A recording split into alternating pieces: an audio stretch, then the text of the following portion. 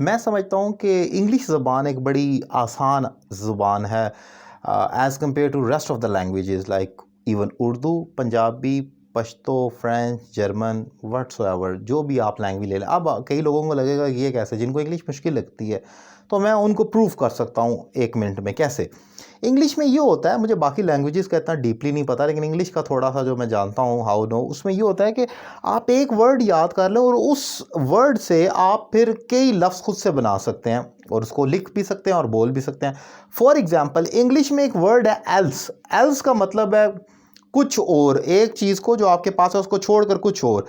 अब वो एल्स का लफ्ज़ कितने लफ्ज़ों से जुड़कर उनका मीनिंग क्रिएट करता रहता है और आपको सिर्फ एक एल्स याद करना है जिसका मतलब है कुछ और। अब अगर आप मिसाल देखें, व्हाट एल्स, इसका मतलब है और क्या, और कुछ मतलब मज़ीद क्या आपको चाहिए। व्हाट का मतलब है क्या, एल्स जुड़ गया तो व्हाट एल्स, और क्या, यानी कि आपके पास ऑलरेडी इतनी चीज़ें हैं। What else do you want, और क्या चाहते हैं। अब इसी तरीके से वेयर का मतलब है कहाँ, ये तो आपको मालूम है, एल्स जोड़ दें उसके साथ, वेयर एल्स, और कहाँ।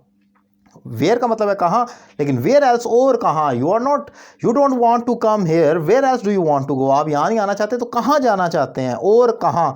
अब वेयर एल्स भी इंपॉर्टेंट है।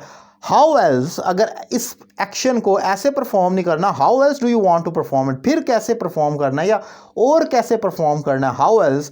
फिर आप देखते हैं how else, when else, where else. अगर हु एल्स की बात करें, मतलब कि आप मेरी मदद नहीं करेंगे, if you are not going to help me, who else is going to help me, और कौन मेरी मदद कर रहा है फिर, या who else will go to for my help, so कौन मेरी मदद करेगा। अब आप देखेंगे हु एल्स का मतलब है और कौन, मुझे तो कौन आता था, हु का मतलब, एल्स जोड़ लिया और कौन। सो इंपॉर्टेंट पॉइंट जो मैंने दिखाया आपको और साबित किया कि आप एक वर्ड याद कर लें एल्स, जिसका मतलब कुछ और, फिर उसको जोड़ते जाएं, how else, when else, where else, how else, who else, और कौन। इसी तरीके से व्हाट एल्स, मतलब आपने एक वर्ड को याद कर कर दीगर जगह पर उसको पुट करते जाना है और आपकी इस तरह वोकैबुलरी भी बढ़ती है, राइटिंग स्किल्स भी और स्पीकिंग में भी इजाफा होता है और कॉन्फिडेंस लेवल में भी। इन लफ्ज़ों को याद कर लें, जैसे आप डबल इंटरोगेटिव में what, when, where, who, how का इस्तेमाल करते हो, और फिर उसको साथ एल्स जोड़ें और उसकी प्रैक्टिस करते रहें। जैसे कि मैंने आपको कहा ना, आप यहाँ नहीं आना चाहते तो और कहाँ जाना चाहते हैं। अगर वर्ल्ड कप ऑस्ट्रेलिया में नहीं हो रहा इस टाइम तो और कहाँ होगा, मसलन और कहाँ, और क्या, और कैसे, और कौन वगैरह के लफ्ज़ों की प्रैक्टिस करें और आपकी इंग्लिश में इंप्रूवमेंट आ सकती है।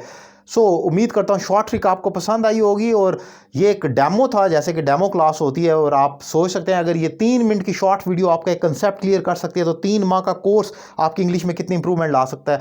आप मुझसे ऑनलाइन क्लास ले सकते हैं, नंबर आपकी स्क्रीन पर मौजूद है। Thank you.